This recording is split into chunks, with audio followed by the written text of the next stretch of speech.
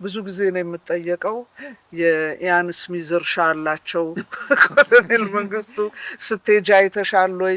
እንደውም የጃንሆይ መኪኖች ሁሉ አላየሻቸውም ይሉኛል። እዛ አንዱ ዘመዳችን መጥቶ ጎበኘን። እነኚህ ቤቶች ብዙ አልተፍታቸው አልተሰሩም። ትልቅ እንትን ነው እርሻ ነበረ። ይሄ ነው የእርሻ እርሻ የሚባለው አለ። ሰው እንደዛ አምኖ እንግዲህ ቅርብ ዘመዳችን እኮ ነው የሚለኝ። ሲደጋገም እውነት ይመስላልና በተለይ ያን ስሚዝ እርሻ የምትባለው ነገር ሁሌ ነው የምትወጣው። ሰው ሁሉ በጋዜጣም በምንም ይጻፋልና እውነቱ ይሄን ይመስላል። እውነቱ ይሄ ነው እንግዲህ ቤቷም ይችላል እንግዲህ እናንተ ቤት። አዎ እቺ እንግዲህ መጀመሪያ የነበር ነው። ከሱ ቀጥሎ የነበረው ቤት ነበር።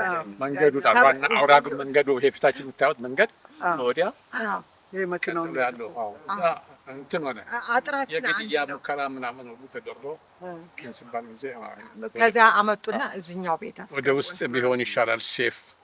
ይሄ እንትን ሁሉ በሩም ይሄ የምታዩትም ቧንቧ ምናምን ሁሉ እዛ በኋላ ነው ሙከራ ተደርጓል። ግድያ ወያኔዎች ልከዋል ነበረ። ግን ያሁኑ ስመለከት ደህንነቱ በጣም የተጠበቀ ነው። በጣም ወታደሮች አሉ፣ ምኖች አሉ። በአሁኑ ጊዜ እኔ ላይ የሚያተኩሩም ጠላትም የለ፣ ምክንያቱም የላቸው። እንደዛ ነው እንራመዳል። ያኔም እንደው የሚገርም ነው።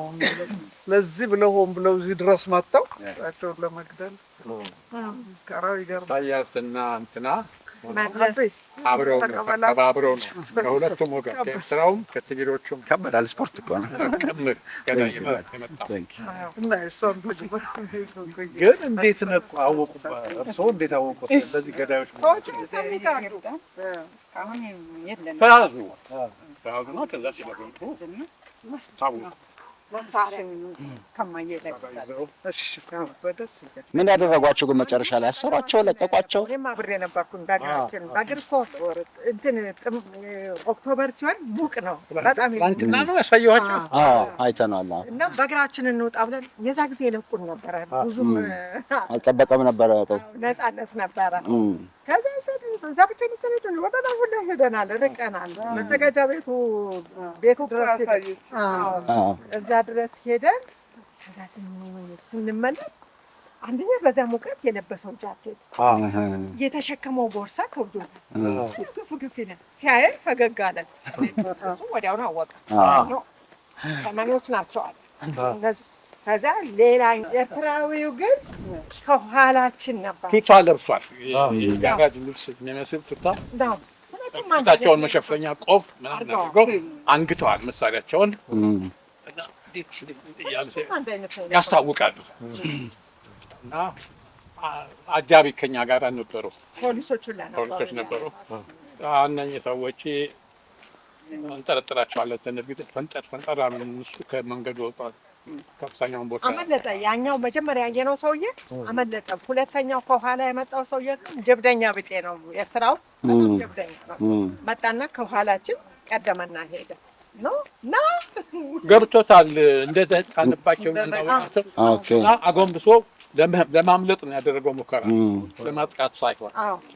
ግን ደግሞ ትእዛዝ ሰጠ። ሄዱ። ሲሄዱ ተከተሏቸው እና ያዟቸው። ተከተሏቸውና በአናግሯቸው በቋንቋቸው፣ ምክንያቱም ሾና ስለማያውቁ ይታወቃሉ። እና የእኛ ይሁን እንደሆነ የእኛ አገር ሰዎች መሆን አለባቸው።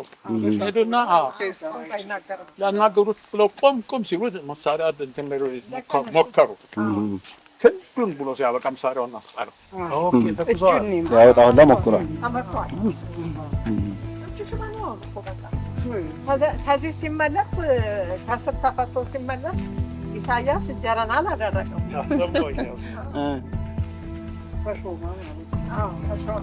ጀግናቸው ሙከራ ያደረገው ጀግና የእነሱ ታጋይ ነው። እነሱ ታጋይ ይህንን ያህል ነበረ የሚፈልጉኝ። ከዚያ ጋር ናቸው ገለ ለመሄድ 5 ሚሊዮን ብር አለ። ግን ማንኛውንም እርዳታ እንዲደረግለት እዚህ ከኢትዮጵያ ውጭ ጉዳይ ሚኒስትር የተጻፈው ወረቀቱ ተገኝቷል። ያረፉበት ቤት አንዱ አውጥቶ ለኔ ወንድም ሰጥቶት ነበር እና የተጻፈው ከውጭ ጉዳይ ሚኒስትር ነው። ማንኛውም ትብብር እዚህ ኤምባሲ ያደረግላቸው